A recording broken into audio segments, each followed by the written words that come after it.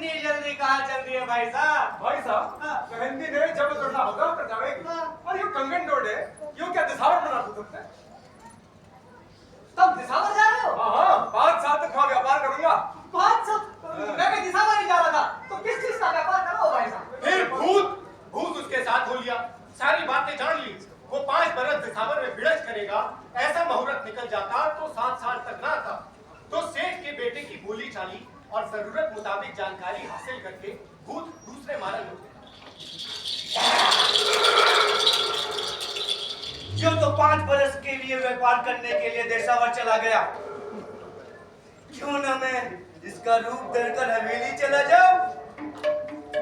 तो कोई 5 बरस तक पूछने वाला नहीं है कि मैं भूत हूं या सेठ जी का इकलौता लड़का।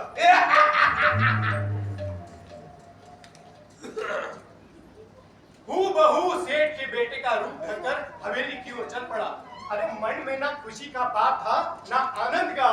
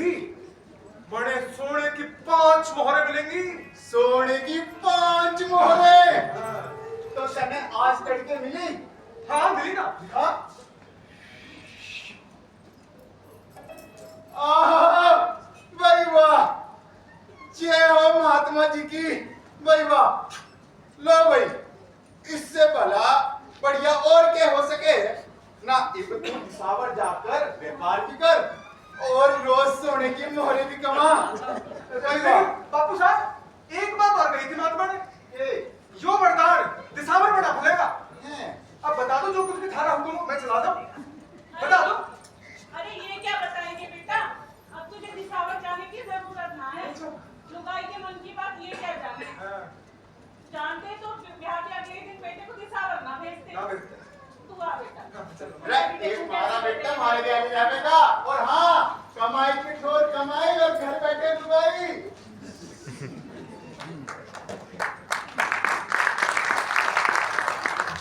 अब ऐसे अचीखे वरदान के बाद तो जो हुक्म होना था वही हुआ। दुल्हन को तो खुशी के साथ साथ अचरज और गुमान भी हुआ। ऐसे रूप को छोड़कर भला कोई दिसावर जा सकता है? तीसरे दिन ही वापस आना पड़ा।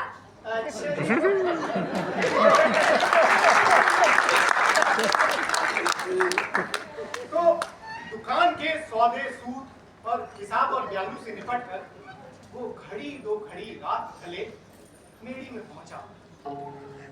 हिंगलू सेज पर फूल बिछे हुए, सोना सिंगार से सजी दुल्हन मेड़ी में बैठी हुई। समूची मेड़ी इत्र फुलेल से महक रही थी। इसी महक ने पेड़ की खीर मन में आग लगाई थी। और आज तो मेड़ी में प्रत्यक्ष नजरों का मिलन। अरे घूंघट क्या हटाया, जैसे तीन लोगों का परम आनंद जगमगा उठा हो।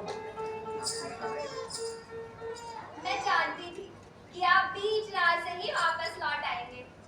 ये तारों जड़ी रात ऐसे साइड में आगे बढ़ने नहीं देती। पर ऐसा ही अगर जोम था तो फिर मेरी इच्छा के खिलाफ गए ही क्यों? आखिर मेरी मन्नत भली। ये तो असली धनी समझकर इतनी खुश हो रही है। हमारी असलियत के बारे में तो कुछ भी ना जानती है। जितना सुंदर इसका चेहरा उतना साफ इसका मन। मैं इससे झूठ कैसे बोलूं? क्या कहा? धनी बीच राह से वापस लौट आया? हाँ। थारी मन्नत भली। और क्या? पहले देख ले, अच्छी तरह से तपास कर ले। कहीं ऐसा तो नहीं थारे धनी का रूप धरकर कोई बहरूपिया सामने आ गया?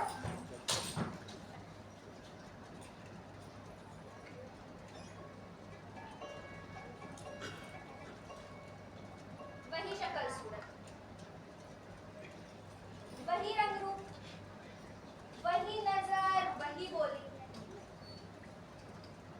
अच्छा, तो आप मेरे सर की परख करना चाहते हैं? सपने में भी किसी पराये मानुस को अपनी छाया तक न छूटे। फिर खुली आंखों से ये कैसे? कोई दूसरा आदमी होता तो मेरे सर के जोर से कब का भस्म हो जाता। पहले तो ये बात उसे चुभी, होठों तक आए बोल तुरंत वापस निकल गया कि तब तो तेरा सत खोटा है। वो भस्म हो जाता तो इसका सत खरा था। अरे वास्तव में दूसरा आदमी होते हुए भी वो भस्म नहीं हुआ तो इसका सत खोटा ही हुआ ना। पर अगले ही क्षण बात के दूसरे पहलू का ध्यान आते ही उसकी खींच निकल गई, उल्टा राजी हुआ। फकत शक्ल सूरत से क्या होता है? सच्चा धनी होता तो लुगाई की ये माया छोड़कर जाता भला? क्या बिछोह के लिए ही मंडप पे हाथ थाम कर लाया था? अरे कोई अंधा भी इस रूप से मुंह ना मोड़ता तो वो कैसे आंखें होते हुए भी अंधा बना? और मैंने तो इससे भूत होकर भी सच्ची प्रीत की है। अगर भाई साहब मैंने इसको सच ना बताया ना तो मैं यहाँ सांस उड़ा ले पाऊंगा। मैं क्या करूँ? भाई साहब तुम बताओ, मैं सच बोल दूं? बोल दूं? क्या करता बोल दूं? बोल दो। जो भी कह रहा है कि सच नहीं बोलना वो सच्चा राजस्थानी ना है। पर मैं हूँ सच्चा राजस्थानी भूत। सच बोलो। हाँ तो अब देखो सच की ताकत क्या होती है।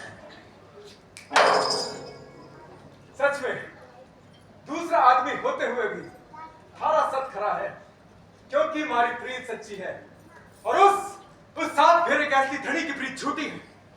तभी तो इस रूप से मुंह मोड़कर वो दिसावर चला गया। अब सुन, मैं तड़े एक एक बात से सुनाऊंगा। बैठ मारी बात सुन। उस दिन जब बारात खिचड़ी के पास होगी फिर भूत ने उसे एक एक बात ब्यौरेवार बताई कि कैसे खिचड़ी के नीचे उसका रूप देखकर उसकी क्या हालत हुई थी। पालकी के अधीन होते ही वो कैसे बेचैन हुआ, वापस कब होश आया, फिर दिसावर जाते घड़ी से उसने क्या क्या बातें की और फिर उसका रूप धर के उसने यहाँ आने का फैसला किया।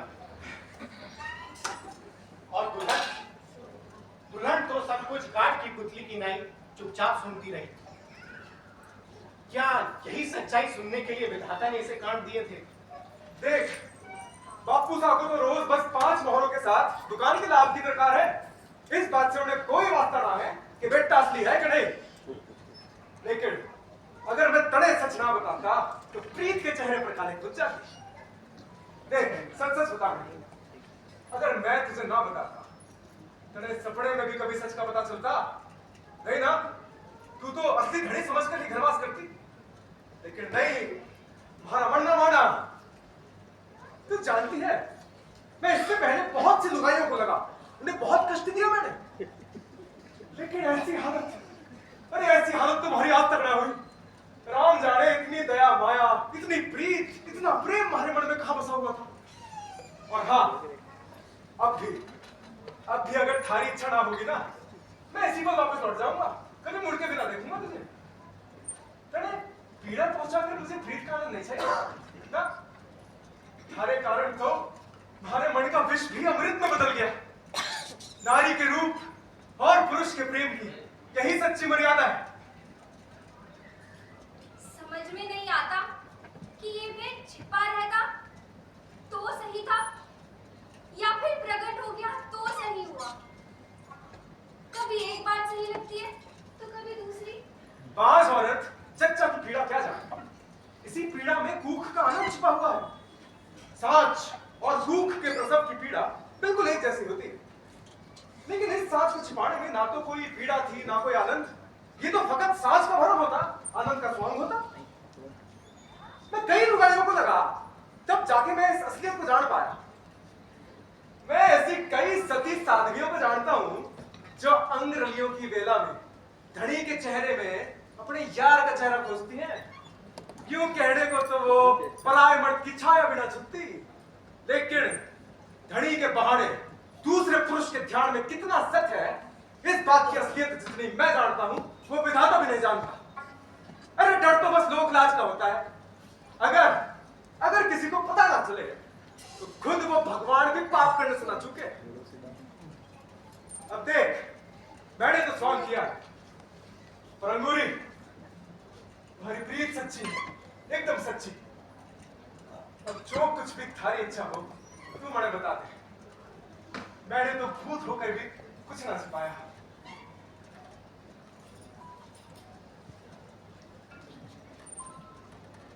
हथलेवे का भ्राता जबरन चला गया, तब भी मेरा बस ना चला, तो इसकी प्रीत के आगे मेरा बस कैसे चले। जाने वाले को ना रोक सकी तो मेरी माए को कैसे रोकूं। ये प्रीत की बात करता है तो कानों में तेल कैसे डालूं। धनी होकर यूं मझधार में छोड़ गया,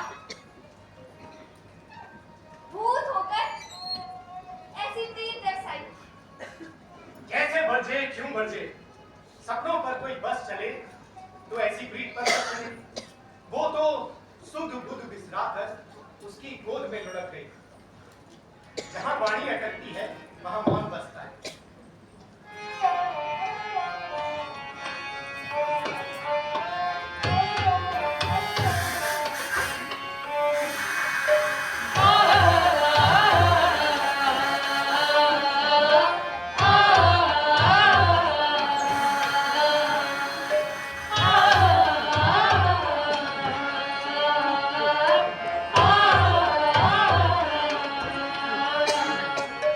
अटके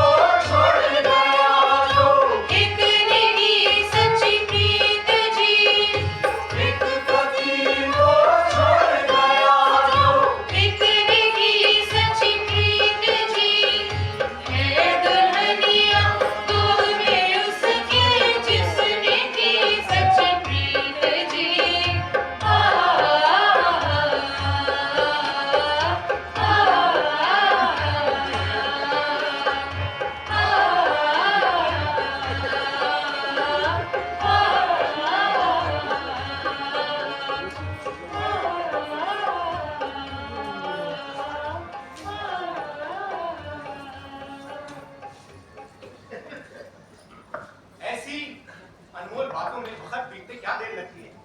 समय गुजरता गया, खूब व्यापार बढ़ा। माँ बाप तो खुश थे ही, सेठ के इस बेटे से गांव वाले भी बहुत खुश थे। इसमें खामी बस एक थी कि दिसावर से बेटे का कोई भी खत आता तो फाड़ कर फेंक देता, वापस कोई जवाब नहीं। दिन सर पर दौड़ने लगे, बहू की आशा ठहरी। 5 महीने बीते, 7 महीने संपूर्ण हुए, ये 9वां महीना उतरने वाला है।